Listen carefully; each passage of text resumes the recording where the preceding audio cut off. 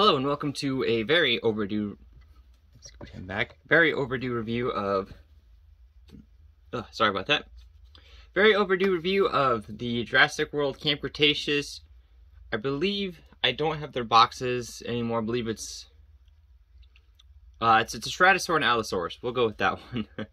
I apologize. Him I got before I moved, and I do not know where his box is. Him I just got yesterday, the Allosaurus. I do not know where I set his box. So anyways, we're going to take a look at the Ceratosaur first, and then him, because the Ceratosaur does not have batteries in him at the moment, because he was in storage, and I took the batteries out of him, obviously, so they wouldn't corrode and eat through and kind of ruin his electronics. But here we have the Ceratosaur, and for the sake of the review, because he is rather long, he's longer than the Allosaurus, which is funny. I'm going to have to do it like this and then show you details handheld. So it is going to be kind of shaky, but one thing I love about this figure, and I apologize for my pauses, I'm dealing with a really bad toothache, but I want to get these reviews out because they have been, this guy has been delayed several months. I've shot this review multiple times and I didn't like the takes. So I'm just going to get that out of the way. But anyways, what I love about this figure is, if you guys remember Jurassic Park 3, that Ceratosaur looked almost just like this, maybe a little bit darker in the lower sections here than more this off-whitish tan.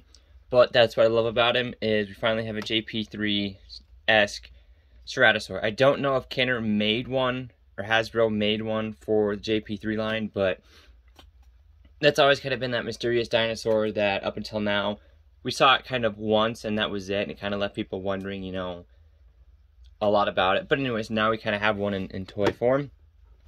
We'll get in closer onto details. And there is kind of odd paint weirdness, because it's like unpainted. I believe this is unpainted red plastic that's just textured, but then this has like a gloss finish. Then it's got matte finish down it. So it's a really weird contrast. Look at the head, because it looks almost slimy. You can see his eye there, got some teeth, and the mouth is painted pink. Not sure how well you can see in there. It's just painted pink. You see dead on here that his eyes are mostly straight. You get the horn there in white. Going down the side of the body, it's the same on either side, so not much to really say. Going up the back, you have his little ridges. You got his spine, his horn there, kind of the little ridges. Now, there's no ridges right here where the button slides forward for obvious reasons, but it's not too bad. It does hide very nicely. Going down his tail, you got some bumps and stuff there. Really long tail. That's one thing when we get to the Allosaurus, is this guy's tail is longer than the Allosaurus's, and I do not like that. They should be about even in proportion to their body. And he had kind of a trouble standing. Sometimes, anyways. But his main gimmick would be, you'd slide this forward, he'd make one noise, another noise, and then a third noise. And they each have, I believe, longer than the other one. For instance, this should be the shortest, second shortest, and then longest, of course. But I do not have batteries in him again because he was in storage. So we're going to move on to articulation. Arms can do a full 360. They just kind of move out a little bit. They can move out that far, kind of get them all the way out to the side. That back down. Legs can do a full 360. They do kind of lock into place when they reach a certain point and can move in and out slightly. And the tail is on a ball joint. You can rotate it 360, although you really wouldn't want to because it breaks up the sculpt. Can move side to side. I mean, it's on a pretty unlimited ball joint for what it is. And that pretty much wraps it up for the Ceratosaur. This guy was not very impressive without batteries in him. Mainly picked him up because he looked like the Jp3 one, which I'm assuming that's what he's modeled after, because there was one in Camp Cretaceous, but that one, if you've seen the show, is slightly different than the one from Jp3 because there's no lighter underbelly. It's more of a darker color, but again, we don't know if that one is from Jp3 or not. They really don't really confirm that. But we're going to move on to the Allosaurus now. Set him down here, and you can kind of see what I was talking about the tail is, you kind of have, going from his hip forward, you have all of this kind of dinosaur here, and then this little tail. And it is shorter than the Ceratosaurus. get them both in frame here. You can see the Ceratosaur's tail, if I line them up, is quite a bit longer. But the Allosaurus is longer in the front section here. So he's kind of hard to get into frame here. Sorry about that.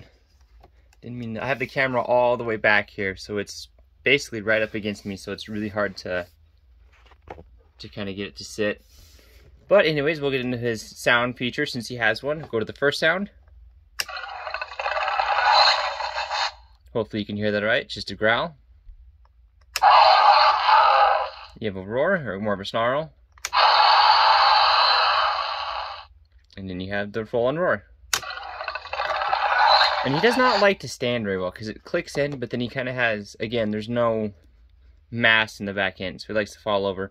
But I'll get in close here so we can play the sounds for you.